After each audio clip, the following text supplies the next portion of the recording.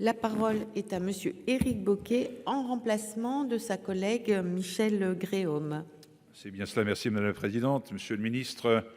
Mes chers collègues, depuis plusieurs mois, nos compatriotes salariés des services publics belges nous alertent sur les conséquences d'une modification à venir de leur statut fiscal. Alors de quoi s'agit-il? Actuellement, une personne de nationalité française, résidant en France et travaillant dans les services publics non concurrentiels belges, est imposable en France. Or, une nouvelle convention, dont l'objectif est d'éviter les doubles impositions et de prévenir l'évasion fiscale en matière d'impôts sur le revenu et sur la fortune, signée entre nos deux pays, revient sur cette disposition. À son application, puisqu'elle n'a pas encore été ratifiée, ces salariés, et nous parlons là de plusieurs milliers de personnes, devront payer leurs impôts en Belgique. Ceci est lourd de conséquences pour des femmes et des hommes employés des hôpitaux, des écoles, des structures médico-sociales, et qui verront leurs revenus baisser de 25 à 30%, les impôts sur le revenu en Belgique étant nettement supérieurs aux nôtres. Ce sont des projets de vie à long terme qui sont remis en cause. Nombre d'entre eux ont souscrit des prêts immobiliers, par exemple, sur la base de revenus et de capacités d'emprunt, risquant d'être subitement dévalués, et ils s'inquiètent à juste titre pour leur avenir. Une solution existe toutefois, qui a déjà été mise en œuvre en 2012 lors de la suppression du statut fiscal frontalier. Contraints de payer leurs impôts en Belgique, les travailleurs français du secteur privé belge, déjà sous statut frontalier, ont bénéficié d'un délai leur permettant de continuer à payer leurs impôts en France jusqu'en 2033. À l'époque, la modification du statut fiscal n'a été immédiatement appliquée qu'aux nouveaux frontaliers. Les employés français du secteur public belge, qui ne remettent pas en cause la modification de leur statut fiscal, souhaitent tout simplement bénéficier du même délai et des mêmes dispositions afin d'anticiper la baisse de revenus à venir.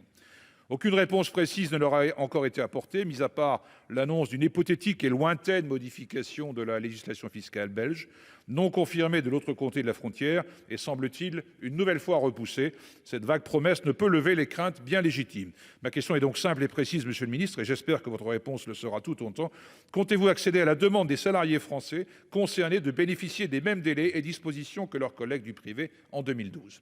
Merci. La parole est à monsieur Roland Lescure, ministre délégué chargé de l'Industrie. Merci madame la présidente, monsieur le sénateur Bocquet, et à travers vous madame la sénateur Gréaume. Je vous remercie pour votre question qui revient sur un échange que nous avions déjà eu il y a quelques semaines dans cet hémicycle avec votre collègue, le sénateur Jean-Pierre Decool. Comme vous le savez, vous l'avez dit, la France et la Belgique ont signé le 9 novembre 2021 une nouvelle convention fiscale en matière d'impôt sur le revenu et sur la fortune, destinée à remplacer celle en vigueur depuis 1964. Elle préserve le régime spécifique des frontaliers prévu au protocole additionnel à l'actuelle convention. Comme toute convention fiscale bilatérale, elle sera soumise au Parlement pour ratification.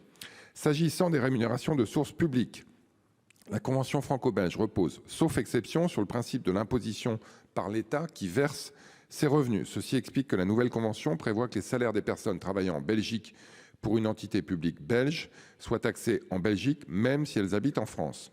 L'inverse, évidemment, sera également vrai et ne pourra que rendre plus attractif l'emploi public de notre côté de la frontière, dans des secteurs comme la santé et l'éducation, qui sont décisifs pour le développement des zones frontalières. Nous sommes convaincus qu'il s'agit d'une règle de bon sens qui évite qu'un État ne subventionne indirectement l'autre État pour payer à sa place des fonctionnaires qui seraient recrutés de l'autre côté de la frontière.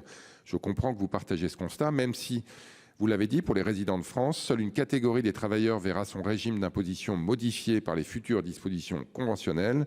Il s'agit des résidents français possédant la seule nationalité française, percevant des traitements publics de source belge et exerçant leur activité en Belgique. Ces revenus sont imposables en France et seront imposables en Belgique par l'application de la nouvelle convention. Afin d'atténuer les effets de ce changement, vous suggérez que la règle nouvelle ne s'applique qu'aux nouveaux travailleurs. Malheureusement, cette comparaison a ses limites quand vous la comparez à celle dite des frontaliers depuis 2012. Tout d'abord, il s'agissait d'un régime historique qui visait à traiter la situation particulière des personnes dont l'activité professionnelle requiert de franchir régulièrement la frontière. Ce régime contraint la France à verser une compensation financière. Par ailleurs, le régime des frontaliers a vocation à disparaître, y compris pour les personnes qui étaient éligibles en 2011. Ce sera le cas à partir de 2034. Merci, monsieur.